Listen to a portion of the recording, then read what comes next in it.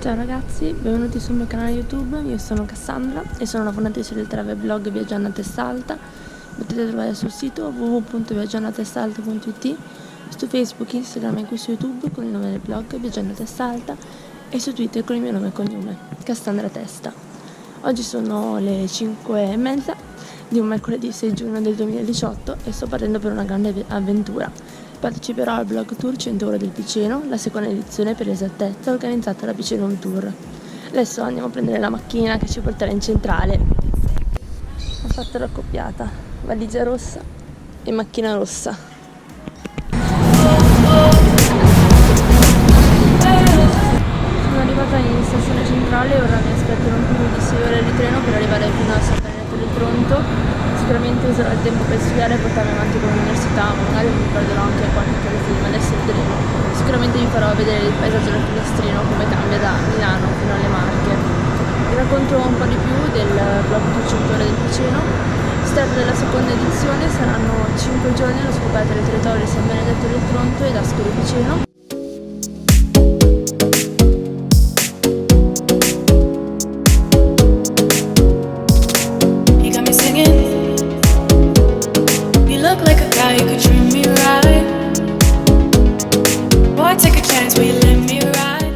Eccomi ragazzi, finalmente sono riuscita ad arrivare ad Ascoli Piceno, è stato un viaggio veramente lungo, sono cotta. Abbiamo già fatto il check-in al Di Sabatino Resort, che è un hotel molto carino, 4 stelle qui ad Ascoli. Adesso vi faccio vedere la stanza. Questa è la porta d'ingresso, qui subito c'è un divano letto che sarà della mia compagna di stanza, che però non è ancora arrivata, arriverà verso le 3 di pomeriggio. Qui c'è un angolo cottura con il frigorifero, la piastra induzione, un tavolo eventualmente per mangiare e qui c'è la vista che tra l'altro non ho ancora guardato, quindi proveremo a vederla insieme. Ok, da direttamente su un vicolo di Ascoli. Poi adesso vi faccio vedere la mia stanza. Qui tra l'altro c'è anche l'aria condizionata. Ok, qui eccola qua la mia stanza, così è anche separata, tra l'altro è molto carino, così almeno ognuno ha il suo spazio. TV e manca il bagno, che anche questo non gli ho ancora dato un'occhiata, vediamo un po' insieme. Eccomi, ciao. No, è veramente bello. Anche la lavatrice tra l'altro, anche se penso che non avrò bisogno della lavatrice visto che ci devo stare solo 2 notti. E guardate invece, guardate qua la doccia d'angolo, veramente bella.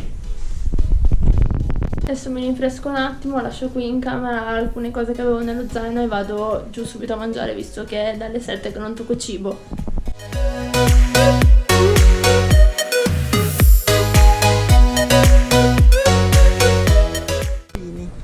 Venivano dalla Sabina, che è questo territorio che ancora oggi è intorno a Rieti, nel Lazio, e che è diviso da noi dalle montagne dell'Appennino, che tra l'altro qui da noi l'Appennino ha un nome bellissimo, si chiama Sibillini, le montagne dei Sibillini, perché una volta si pensava che ci fosse la Sibilla ad abitare sulle montagne. Quindi quando questi Sabini si spostano, loro non sapevano ancora di chiamarsi Piceni, perché ancora nessuno aveva chiamato così. Il Picus, cioè il picchio. Cioè l'uccello sacro era il Picus gentes, in greco Picentes, in italiano Piceni. Quindi i Piceni sono coloro che hanno seguito il picchio. Ecco perché ci chiamiamo così. E il fatto che sia vera questa leggenda ce lo dice il simbolo della regione Marche, che è una M, e per metà questa M è un picchietto. Quindi il picchio è il simbolo di tutta la regione Marche. Significa che le Marche, oggi che sono una regione al plurale, perché un marchigiano che parla qua giù il dialetto non verrà mai capito da un marchigiano che parla il dialetto del nord, sono 2 lingue completamente diverse, però una volta abbiamo avuto un linguaggio comune che era quello piceno, abbiamo avuto una cultura comune 3000 anni fa.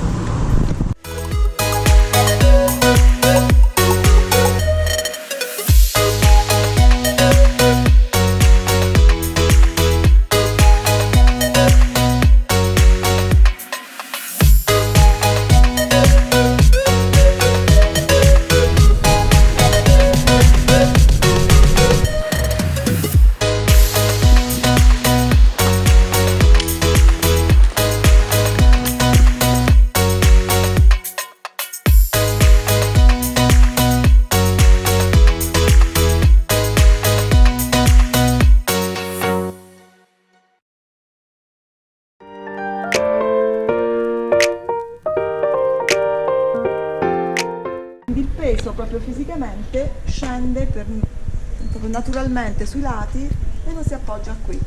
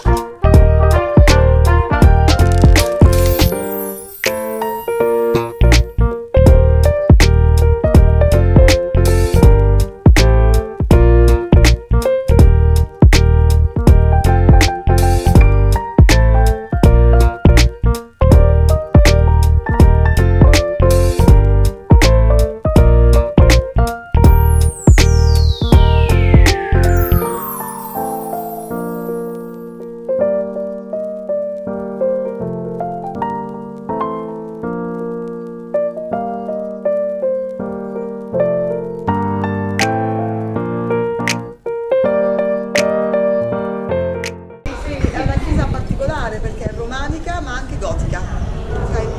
E queste colonnine ricordano proprio il messaggio di Francesco, che era davvero un rivoluzionario. Francesco era considerato quasi un eretico allora, perché?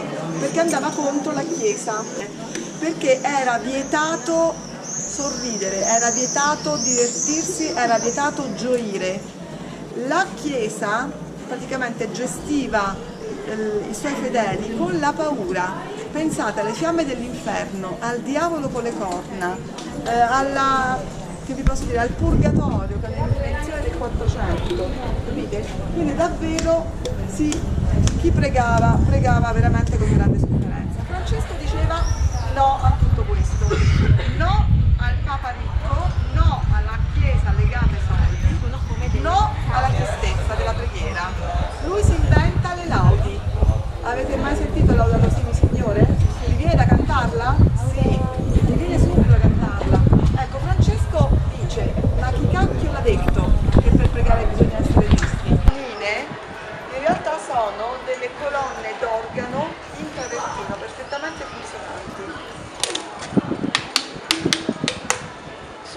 Emettono suoni diversi perché hanno spessori diversi e furono fortemente volute dai frati francescani per ricordare proprio il messaggio di San Francesco.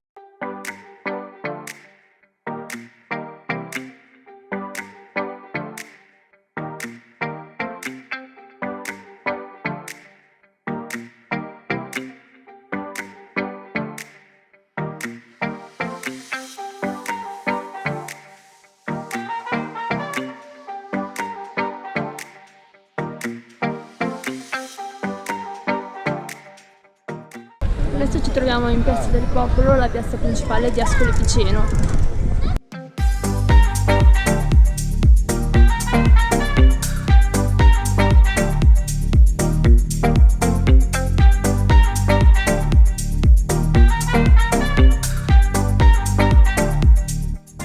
La cosa interessante è che per renderla bella fu fatto costruire il loggiato, che aveva un compito ben preciso, che era quello di nascondere le case tutte diverse che avrebbero creato disordine in piazza. Quindi questa è una specie di scenografia, no?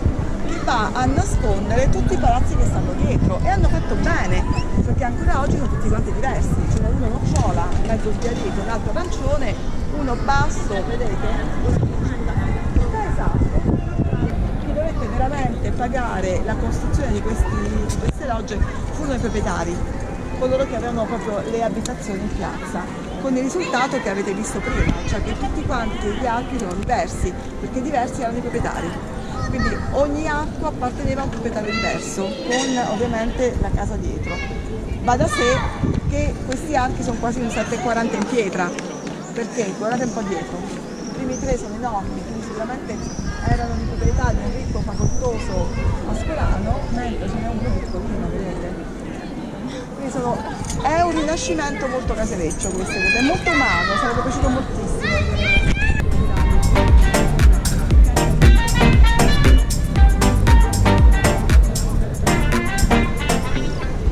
Ma sicuramente c'era una piazza importante, tant'è vero che sotto quello che è il comune sono stati ritrovati dei resti romani molto interessanti, tra cui anche la base il podio di un enorme tempio. E adesso appunto vi dicevo c'è il comune, accanto al comune ci sono gli edifici vescovili, quindi va da sé capire sicuramente che questa è davvero una piazza importante da cui Ascoli è da sempre gestita. La cosa strana è questa commistione dei due poteri, perché normalmente nelle altre città la casa del vescovo non sta mai accanto al comune, normalmente sta in due posti, stanno in due posti proprio separati, invece qui sono legati, addirittura qui il primo piano di Palazzo Caffarelli ha addirittura una porta che faceva entrare il vescovo dentro il comune. Questo perché? Perché siamo stati per secoli sotto lo Stato Pontificio.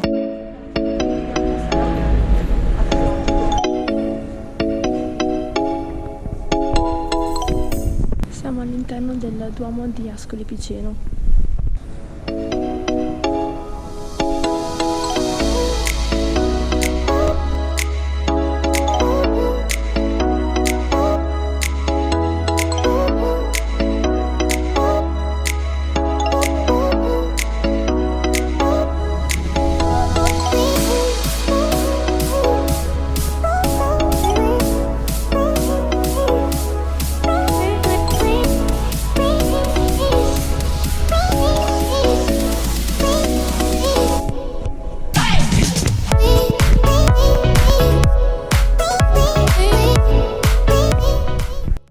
Per cena veniamo catapultati nell'elegante atmosfera di Caffè Meletti, che non è solo un caffè, ma al piano superiore ha un bellissimo ristorante che offre dei piatti veramente squisiti. Vi do un piccolo consiglio: se potete salite sulla terrazza all'ultimo piano, da cui potrete godere di una splendida vista su Piazza del Popolo. Questo era il racconto della prima giornata del blog tour 100 ore nel Piceno. Spero che vi sia piaciuto. Vi ricordo di iscrivervi al canale e di cliccare sulla campanella in modo da restare sempre aggiornati sui prossimi video. Al prossimo viaggio!